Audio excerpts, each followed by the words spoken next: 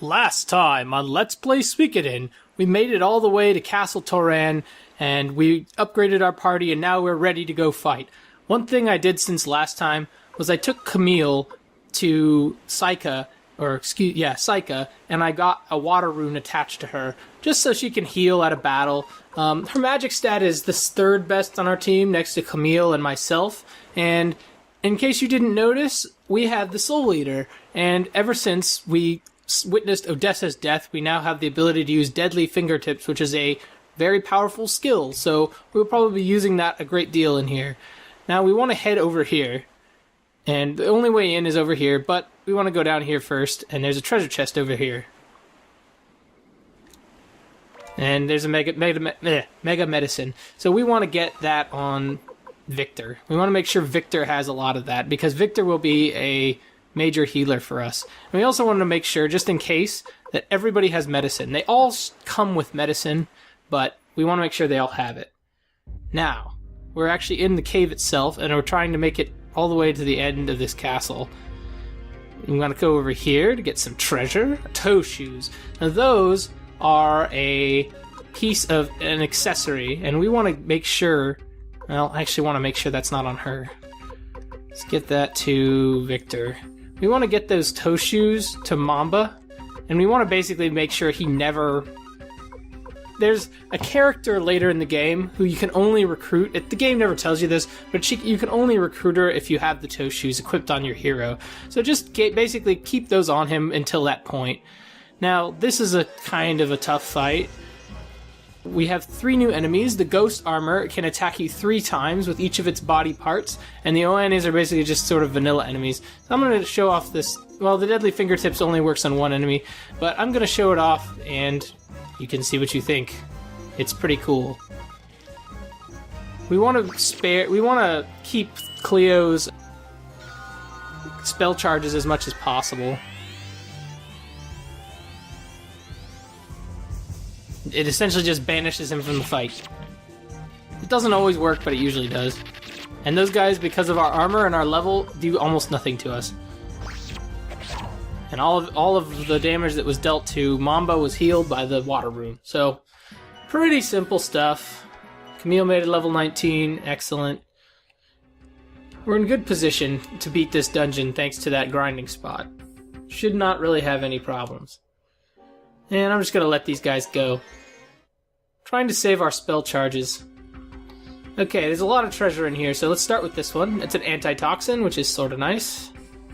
I don't think there's anything that can poison you in here. I could be wrong, though. I don't really remember what all the enemies in here can do. Okay, so... yeah, we're just destroying these giant snails. Just a palette swap. And I'll let you see what these demon armors can do. Notice how they do attack 3 characters at one time. They're pretty dangerous. You want to take them out first if possible. And they have a fair amount of HP. Taiho actually took a lot of damage from those guys. Okay, 2,000 bit. Not half bad. We don't really need it, but pretty good. Okay. These guys I might as well just free will, get a little bit of free experience. These guys shouldn't even get a chance to attack us. Come on. Oh my gosh. We couldn't even kill it.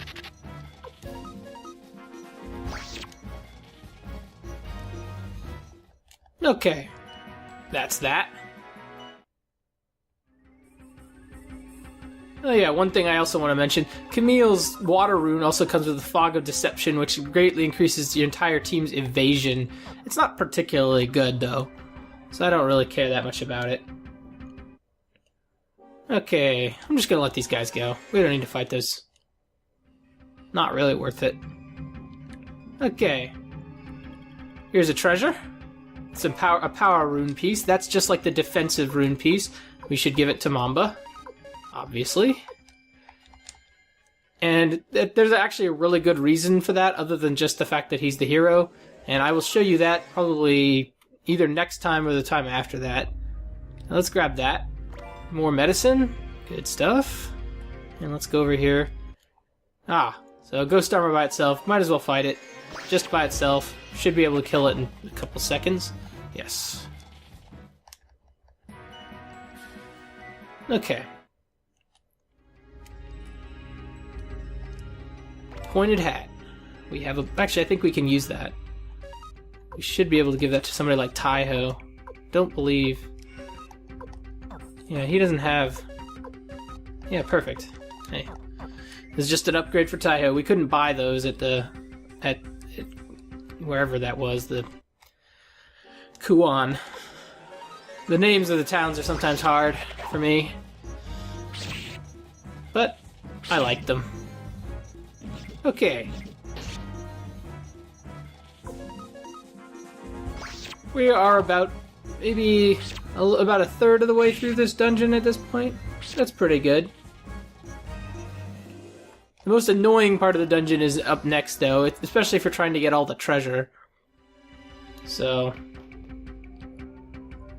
anyone who's ever played this game knows what I'm talking about.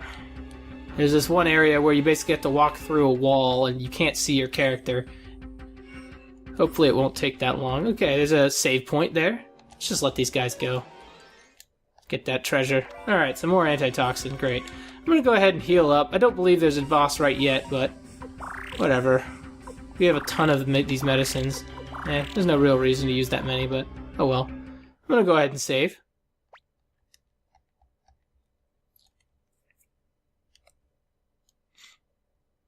Alright. Let's keep moving.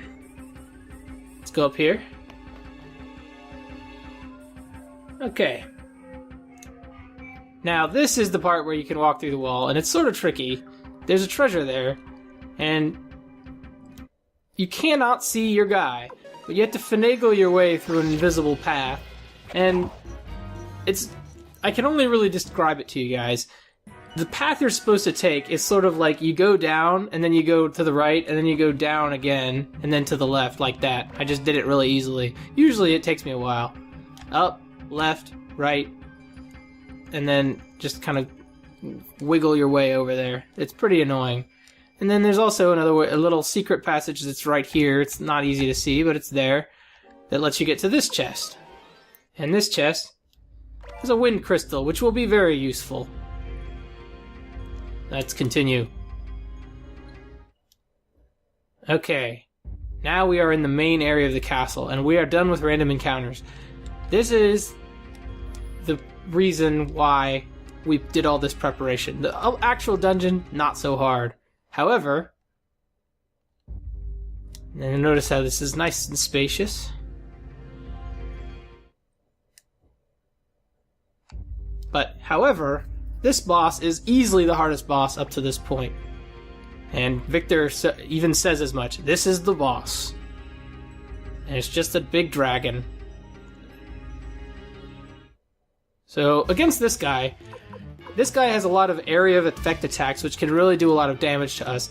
We're very high level for this, and Victor personally will basically never die. So we should be okay. But against this guy, I basically just like to use Mamba to attack, Gremio to attack, Victor to alternate using clone runes and healing, Taiho to attack. I like to use the Fog of Deception on Camille, and then I like to use Flaming Arrows on Cleo. And this should do a fair amount of damage every turn, and Camille can also heal as needed. She does very little damage herself, so it's useful for her to do all kinds of stuff. So lower the enemy's attack evasion, or excuse, not evasion, but accuracy. It's sort of like sand attack in Pokemon. So that did a lot of damage, as you can see. So we're gonna need to heal for sure. Gremio took about 71 damage from that attack. So we're gonna have Mamba attack. Gremio is gonna use medicine. We have medicine 3. Nope, I didn't mean to do that. Use it on yourself. Victor can only use medicine. And we'll use it on, I guess, Camille. Taiho will attack. Camille. We can have her attack too. And we can use the Flaming Arrows. The Fog of Deception does not work on that attack. It only will work on his physical attacks, which he uses about half the time. The physical attacks are always preferable for him to use over that big flame attack that you just saw, obviously. And I'm getting a little unlucky and he's using it again and again. So we're going to have to see who's hurting here. Gremio's hurt bad, but he's got his healing. Mamba has taken only about 40 damage. That's the power of the defense rune. Taiho is almost dead. Gremio is just going to basically be a healer in this fight, I think. But I can't risk using it on Taiho. Victor, we're going to use the Clone Rune again. Taiho will have him attack. Camille throw some medicine at Taiho. And Cleo's Flaming Arrows do the most consistent damage we have, so we want to use that. Yeah. Wonderful. I'm glad I healed Taiho. For sure. Okay. Wonderful. This time, we need to have Mamba use healing, because we can't afford for these characters to die. So we're going to throw a heal on Cleo. We're going to use Gremio. Gremio will just heal... I guess we'll have Gremio heal Victor, because... Nah. I'm just worried that somebody's going to die here. I guess Gremio can heal Taiho. Taiho might die. We'll use a Mega Medicine on Cleo, and then we'll have Taiho attack, and we'll have Camille use the Drops of Kindness on We'll have the Camille use the Drops of Kindness on Victor, and then we'll have Cleo continue with her Assault. Most consistent damage is done by Cleo, so you want to always have her attacking if possible. Cool. Yeah, we just needed Mamba to do that because his heal is the most reliable. Perfect. He used a physical attack, which means that everybody will survive. Cleo's maxed out. I think I wasted that Mega Medicine. In fact, I didn't even heal Camille. I wasn't paying attention. Oh well. I'm going to have her heal herself, I think. And then Victor can use the Clone Rune again. Taiho can attack. She seems to be pretty fast, so we'll have her heal herself. And then Cleo will do her thing. And this is the final use of Flaming Runes. This probably will be either the last or the second to last round.